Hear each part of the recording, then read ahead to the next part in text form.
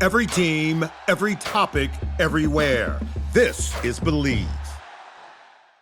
Welcome to Orioles on the Verge. This is Zach Spedden, joined as always by Bob Phelan. Our co-host Nick Stevens is still out. He will be back at the beginning of next week. But Bob and I wanted to check in with a special episode here towards the end of this week to break down the Orioles extension with Shane Baz and give you a little bit of a preview of the games to come this weekend in the minor leagues. But first, Orioles on the Verge is brought to you by IQ Bar, our exclusive snack, hydration, and coffee sponsor.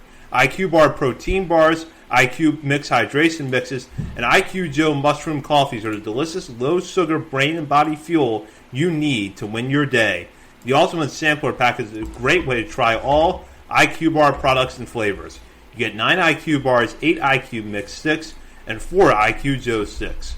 All IQ Bar products are clean label certified, entirely free from gluten, dairy, soy, GMOs, and artificial ingredients.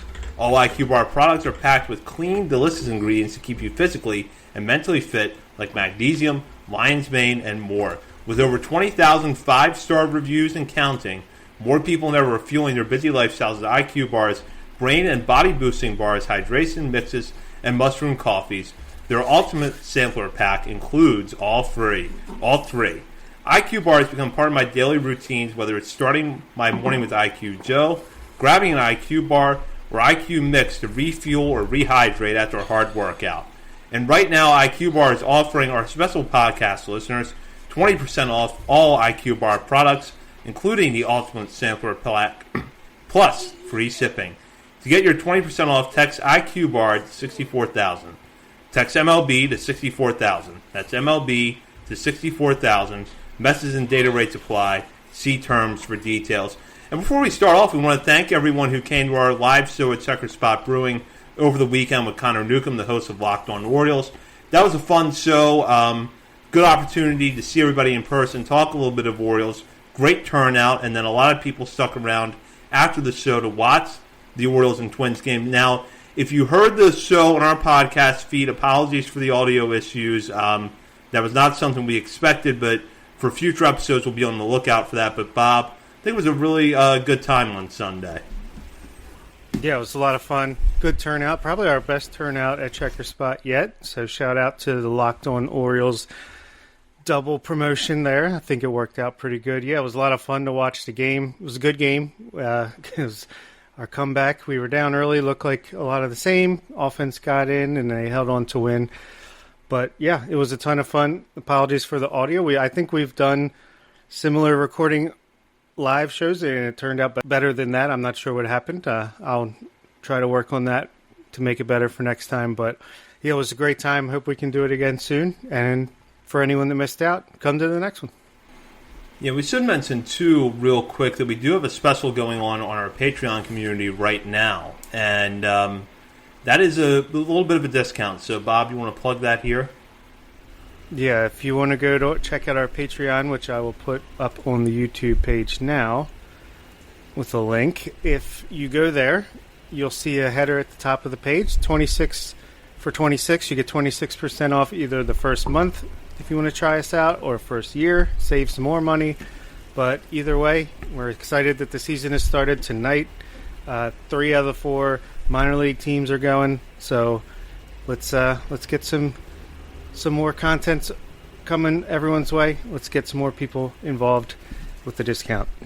Absolutely. And we'll have bonus weekly coverage there throughout the year. In fact, our first weekly episode that's exclusive to patrons is available now, and then we have monthly updates to our top 50 list coming throughout the season. So you're going to want to check that out. And now we want to get into what has really been the big story in Birdland over the past week, which is the Orioles agreed to a contract extension with right-handed pitcher Shane Baz. Will be worth $68 million over 5 years. The deal effectively buys out his arbitration eligibility, which ran from this season through the 2028 season, plus his first 2 years of free agency. This is the second long-term extension under the Mike Elias regime that the Orioles have handed out, and it's worth noting that both of them have come since last summer. Samuel Basallo in August was the first, and all of them have come under this new ownership group, or new-ish ownership group, led by David Rubenstein.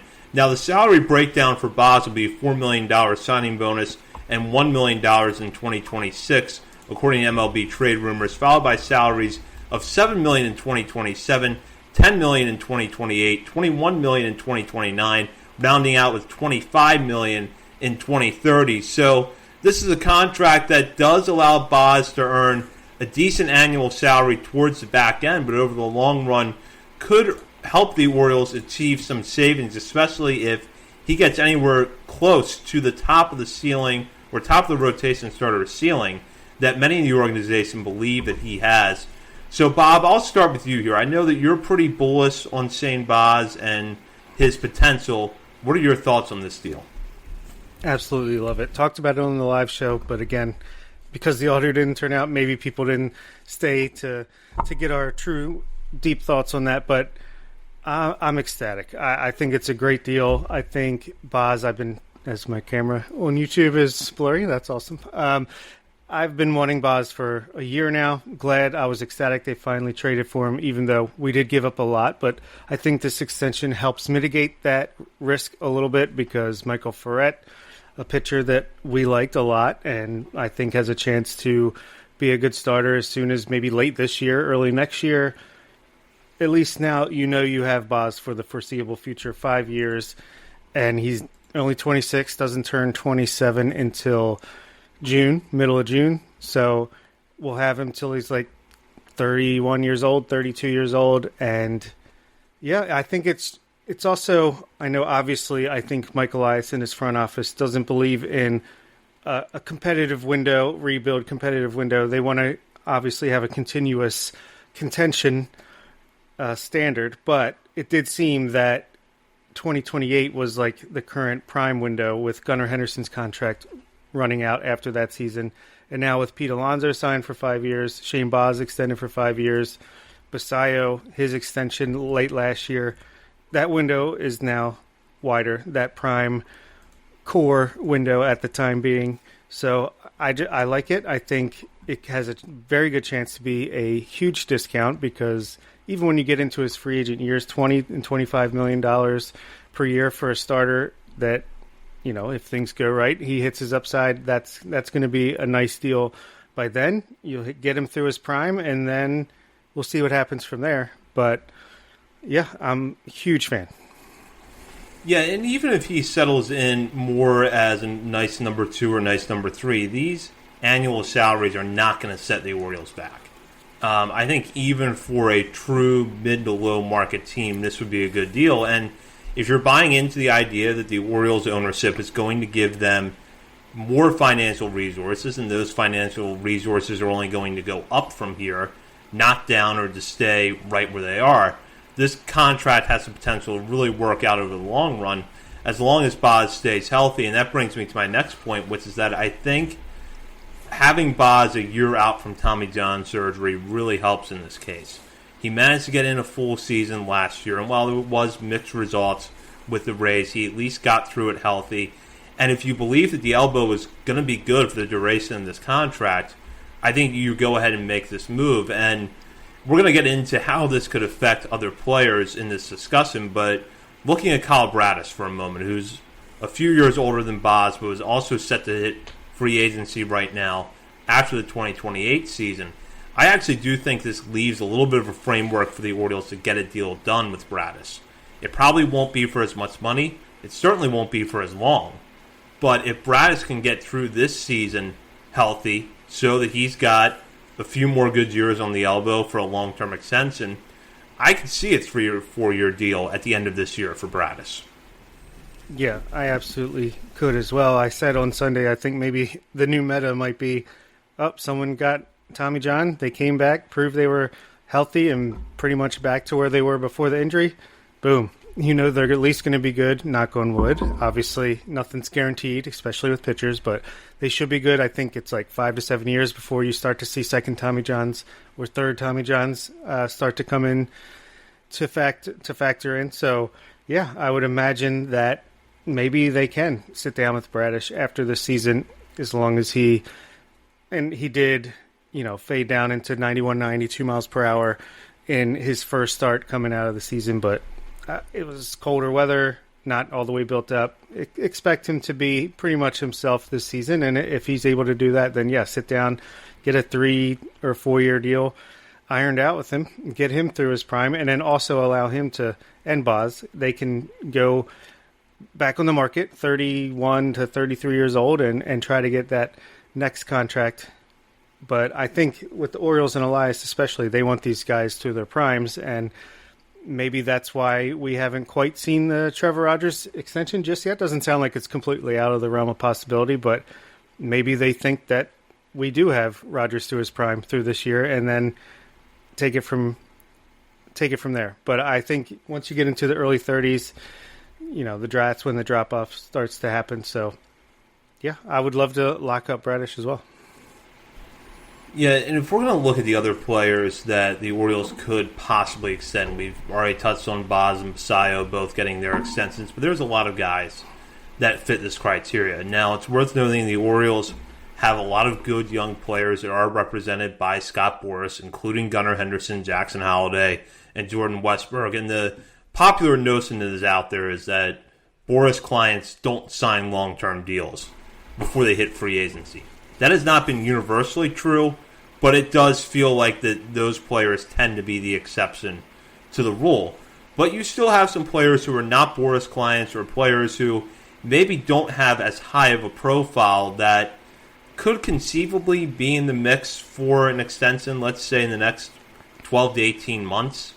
And Bob, I wanted to start with you, or kind of turn to you here. Who are some of the guys that you think the Orioles could or should look at? Well, it's interesting, right, because this newest trend that really started popping up this week in baseball included a Boras client, and obviously in Cooper Pratt of the Milwaukee Brewers, anywhere from a bottom half top 100 overall prospect to a top 10 prospect in the Brewers system, depending on the evaluations. Good fielder, solid hitter, maybe some upside, young guy. He signed a, 8-year, $50 million contract. He was a Boras client. So, and he's still, despite the contract, is not getting called up to the majors. Same with Colt Emerson of the Mariners. A little bit different because he's a higher profile guy, and Connor Griffin, who will be making his major league debut against the Orioles tomorrow night. Same thing, higher profile guy, got more money. But it's just interesting that the timing of this and these extensions are always a thing as players and prospects get close to the majors. It's been a while, but this just seems a little bit different where you're getting the contract and you're not necessarily getting the call up because of the contract. It's just like we're locking you down and we're keeping you in the minors until you're ready to come up. That's a little bit interesting to me. But with the CBA coming up after the season, it just makes me wonder, especially with the Boras client signing a deal like that, is it because, I don't know, that the years of control are going to be perceivably lose a year or two for the teams, and this is a way to kind of meet in the middle, get some guys paid, and the teams are trying to shore things up. I don't know. That's a lot of speculation. But for the most part, I don't think there's anyone specifically other than Basayo, who's already been locked up last year. Maybe Beavers is a guy that could be signed to a Cooper Pratt type of contract, maybe like 8 years, $60 million, I think was speculated in our Discord. But I do think there are some guys coming up, maybe the middle of this year, end of this year, early next year, where it could make some sense.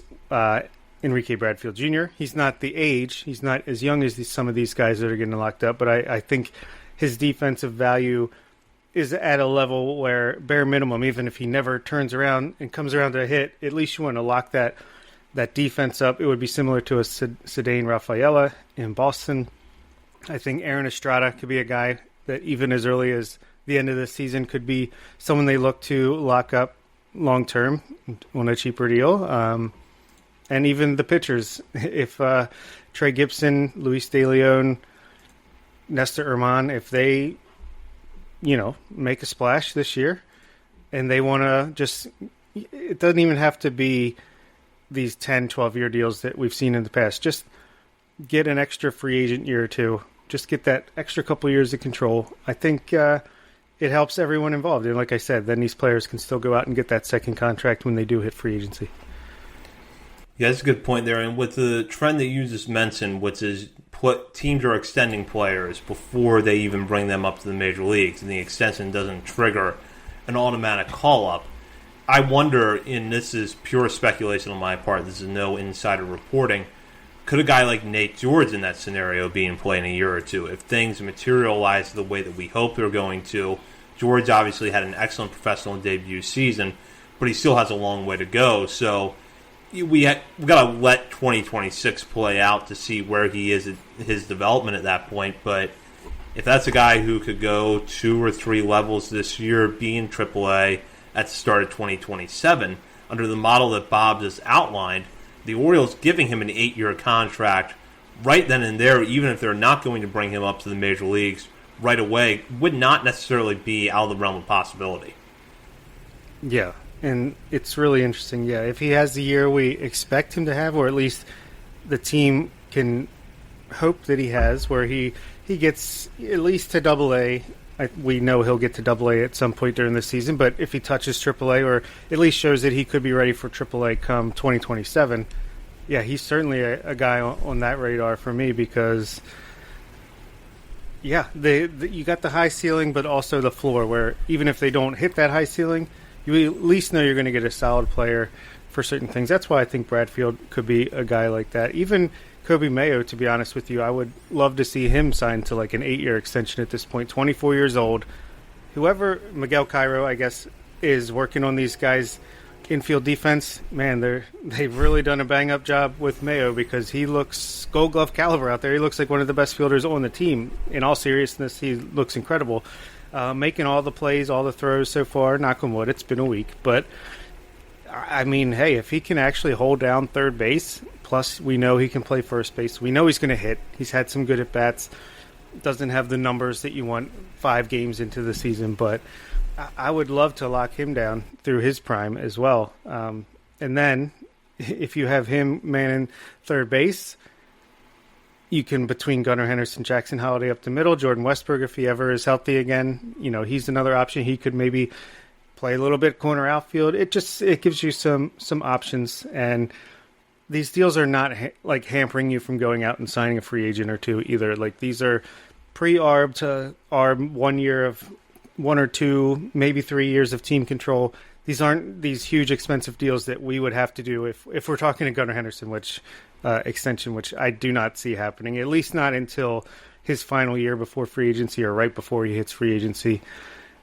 It's not going to be this mega deal. These guys are getting very reasonable deals, and it makes sense from the player side because, hey, I want my money now. You never know. Speaking of Jordan Westberg, injuries pop up, can cost you a lot of money, and you still get a chance at the second contract down the line. And the teams obviously are going to sign these deals because we're getting a lot of surplus value, getting these guys cheap and locked up long term. So hopefully there are some matches. As David Rubenstein said, they're open for business. I do like extensions. I don't want to be in an Atlanta Braves situation if I'm the Orioles, where it's like, okay, we just signed up our core and now this is what we're rolling with for the next 8 years, no matter what. That seems to be their strategy. But yeah, you want to get these guys in here, get some comfort, and at least that is not weighing over people's heads of, okay, well, what's going to happen? Are we going to trade this guy in 2 years because he could be a free agent? Blah, blah, blah, blah. You want to just have that peace of mind as well. Yeah, that's a really good point. I think you brought up a good point also in noting that the possibility of a Gunnar Henderson extension or something close to that caliber is a much different conversation than we're having right now, which is how you would approach players that are close to their major league debuts or maybe just making their major league debuts, trying to figure out what a proper framework is for them. And then for a guy like Baz, it would be somebody who's not too far removed from a major injury, but far enough removed that you feel good about their health. He hasn't quite hit his full ceiling yet, but you're pretty confident in what that ceiling can become, and you give him the opportunity to possibly earn a big paycheck on the back end of that. Now, I want to go to the player who was probably for most Orioles fans up until the beginning of last year the number one extension candidate, and that was Adley Rutschman. And I don't know quite how I feel anymore, honestly, about extending Adley. I remember back in 2021 we were talking about, do you give him an 8-year deal before he even gets to the major leagues? If you don't do it then, you better do it within the first year or two. The last year and a half for Adley has not gone particularly well, although the beginning of 2026 we are seeing some positive signs. What has happened along the way, though, is the Orioles extend Samuel Basallo. And with Rutzman 2 years away from free agency, it's easy to wonder, are the Orioles starting to plan ahead for a post-Adley-Rutzman future where Samuel Basallo is the catcher, or they know Samuel Basallo is not going to be the catcher, so they can go out and find somebody else to take that job on. The bottom line, though, is that Adley is still here. He's still a couple of years away from free agency, and there could seemingly be a discussion at some point between the two sides about an extension, even if it's much more modest than it would have been back in 2022. So, Bob, I want to get your thoughts about that. Is that something that you still think about or hope for with the Orioles and Adley? What would you do if your online store converted 36% more shoppers? You could take 36% more vacation. Another pina colada? Yes, please. Open a new retail location with 36% more square feet. Fantastic. Hire 36% more help. You're hired and you're hired. Shopify has the world's best converting checkout, up to 36% better than other e-commerce platforms. What you do with those extra sales is up to you. Switch to Shopify today at shopify.com/listen and get a $1 trial. Shopify.com/listen. This episode is brought to you by Progressive Insurance. Do you ever think about switching insurance companies to see if you could save some cash? Progressive makes it easy. Just drop in some details about yourself and see if you're eligible to save money when you bundle your home and auto policies. The process only takes minutes, and it could mean hundreds more in your pocket. Visit Progressive.com after this episode to see if you could save. Progressive Casualty Insurance Company and Affiliates. Potential savings will vary. Not available in all states. This episode brought to you by Progressive Insurance. Do you ever find yourself playing the budgeting game? Shifting a little money here, a little there, and hoping it all works out? Well, with the Name Your Price tool from Progressive, you can get a better budgeter and potentially lower your insurance bill too. You tell Progressive what you want to pay for car insurance, and they'll help find you options within your budget. Try it today at Progressive.com. Progressive Casualty Insurance Company and Affiliates. Price and coverage match limited by state law. Not available in all states. Yeah, I'm still very open to the possibility. I mean, with Basallo locked up, and I think he looks pretty decent behind the plate, but you don't want, big body like that who can play a really capable first base. You don't want that daily grind of an everyday catcher, starting catcher, to wear him out, put him more on the injured list more often, sap some of the power from the bat. I would love him to just remain that backup catcher, DH, first base type of guy. I would love to keep Adley here in front of him as the main catcher, everyday catcher. Maybe, he's a free agent after 2027. I would be perfectly happy to sign a 3 to 5 year extension. It's not going to be 6+ years at this point. I don't think it makes sense for anybody to do that. And maybe if you're Adley coming off a couple bad years, you just want to get through this year, have a good year, and then see what happens. Maybe you up your value where you're getting $20 million a year as a catcher for 3 to 5 years. And yeah, if his bat speed is up, I think it's like up 3 miles per hour from the left side, 1 mile per hour from the right side, hitting the ball really well. Again, super, super small sample size here. We're talking about 1 week of play, but he looks really comfortable, looks really good at the plate. If he can perform that way all year, let's do it. If he's figured it out, he's healthy finally, I'm all about it. And if not, then we'll just play it by ear. There's a lot of good catchers in the system, as we've talked about in the past.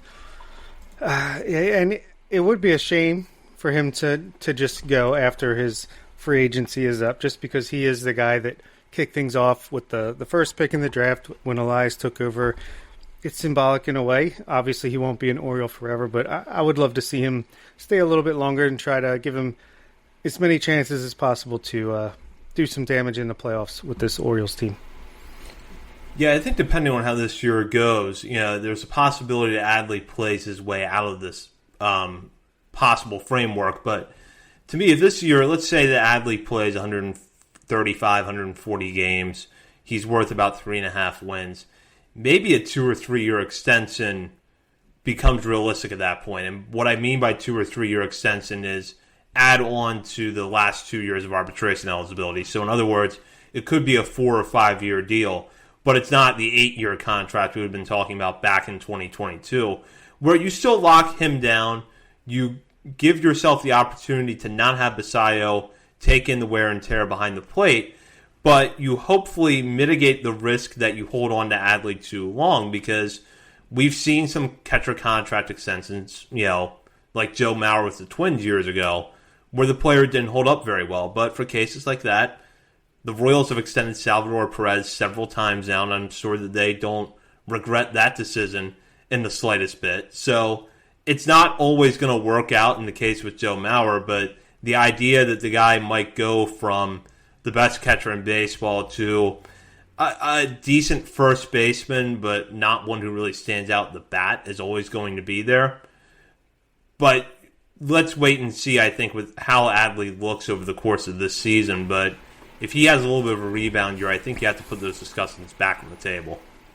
Yeah, absolutely. And just looking at Zip's 3-year projection for this year, 2026, they have him as a 4.6 WAR player, 4.1 in 2027, 4 flat in 2028. I'm sure maybe 3.8 2029, 3.5. I'm sure that's just how it progresses, but that's still a really valuable player to have behind the plate. And I think the Orioles have the best catching tandem in the league. Maybe, if the Royals with Carter Jensen, if he takes off with Salvador Perez, if he's still got enough in the tank, maybe they have an argument. But I love the way it's set up now, and I like that with Basayo, they're giving, and a deeper bench as well, and just position players in general, they're giving Adley more complete days off, which I think allows him to keep his body healthy throughout the course of a full season, and hopefully when he is in there, he's more productive. So I like the way it's going early on. Hopefully it continues. Like we said, I don't think any of this is probably going to happen during the season with Adley. It would, if anything, I think would happen in the offseason or next spring training if it was going to. But, yeah, if it continues to be productive all 2026, I could easily see that extension happening.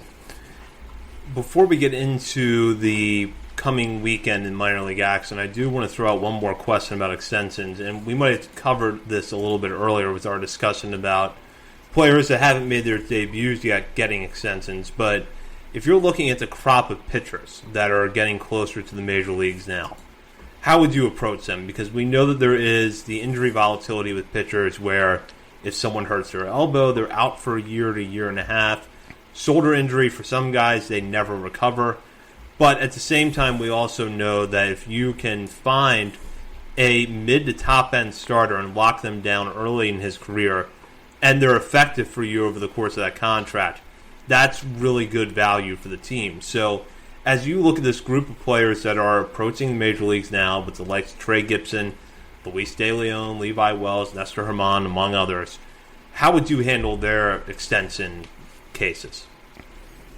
With pitchers, I think you want to be a little more conservative, and that's where I think like the Baz mold might be the way to go, where you get through the pre-arb years, because, look, pitching development, especially once these guys hit the majors, it's just another level. I don't think you're really going to know how these things are going to go until you get there, and you can see how they react to major league pitching, like we saw with Bradish and even Kate Povich. Like, the difference is there where Bradish, after 10 starts, you started to see the adjustments, and you started to see how he could become the pitcher that he ultimately became. And then with Povich, after his 10-start struggle, I feel like, not that he hasn't gotten better or made adjustments, but I think you can see kind of the cap on his development.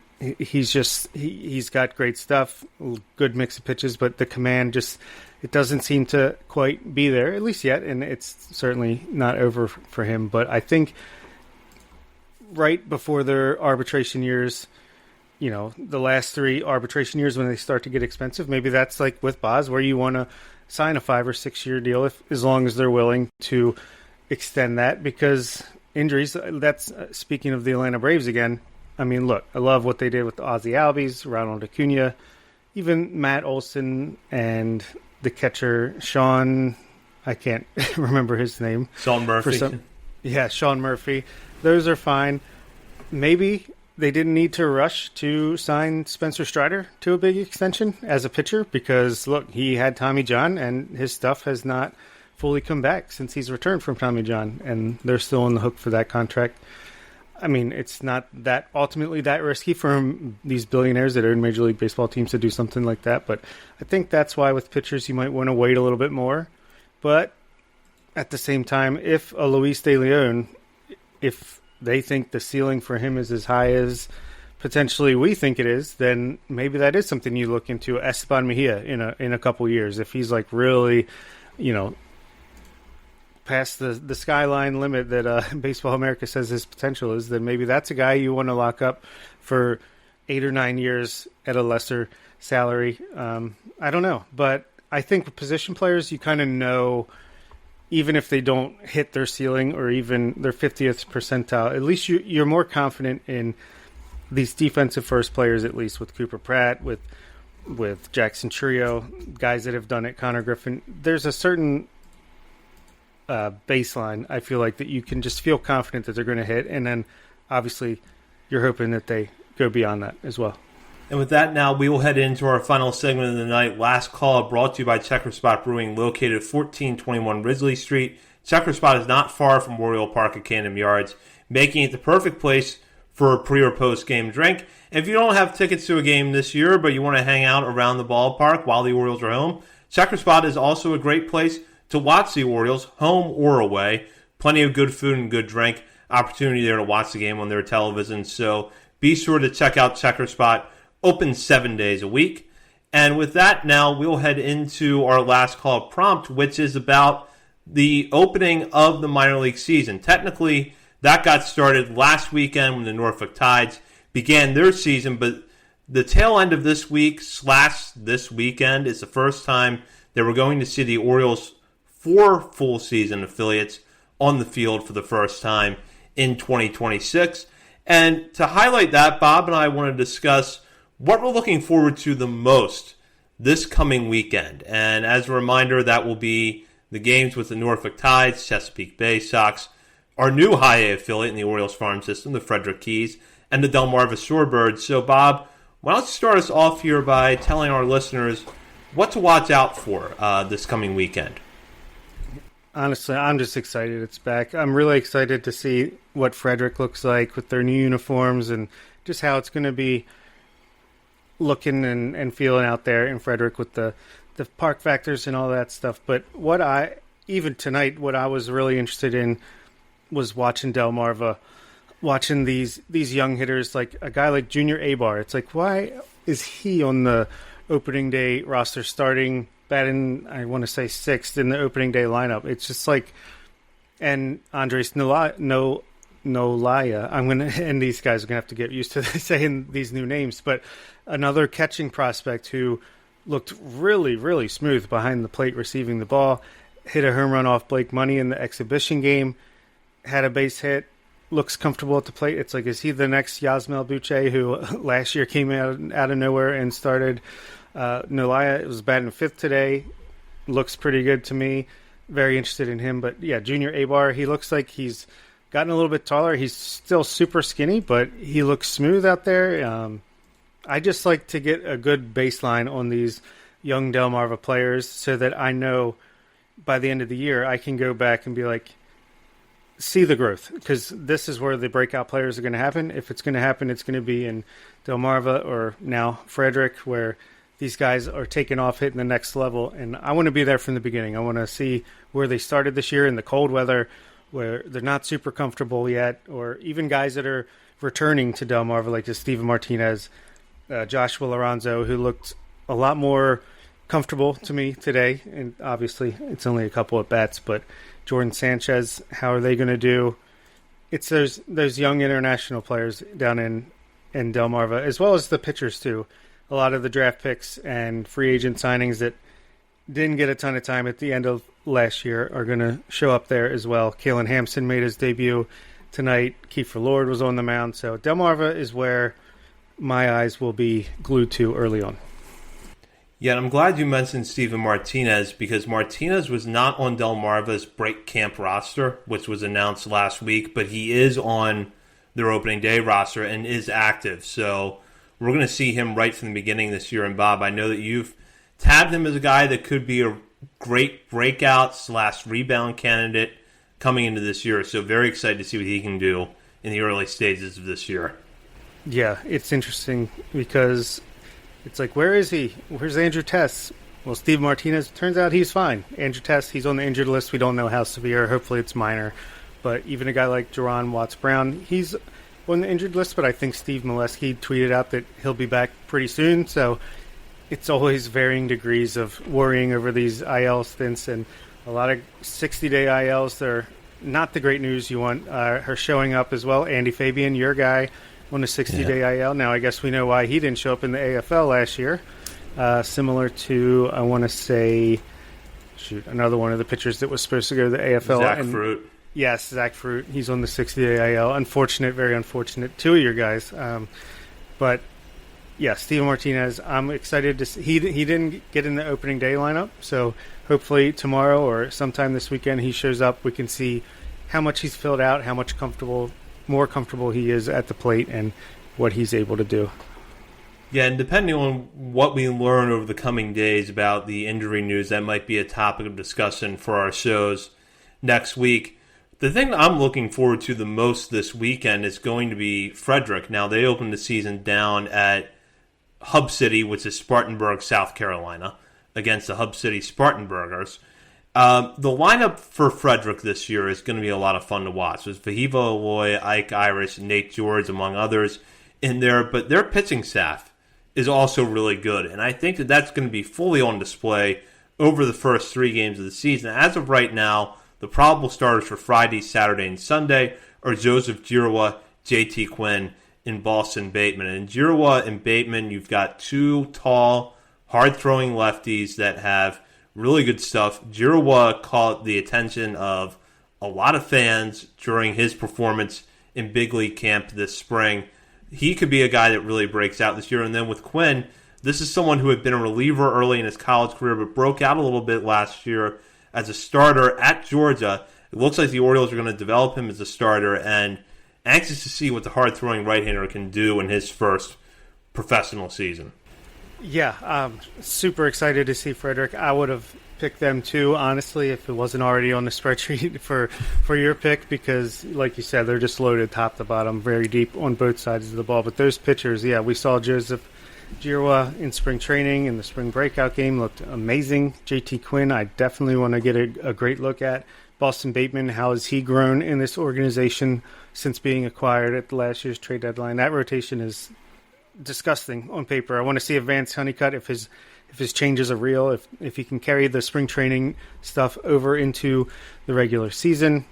Wahiva Aloy, Ike Irish, yeah, Frederick is just loaded. Like, if I'm going to sit down and watch a complete game of any organization or team in the organization, that's going to be the one. Bowie, I might watch Estrada, Ethan Anderson, and then flip to somewhere else until they're pitching again. But yeah, it's going to be super fun. And Nate George and Frederick too. Didn't even mention him, considering how talented he is, and maybe a new number 1 top prospect in our list.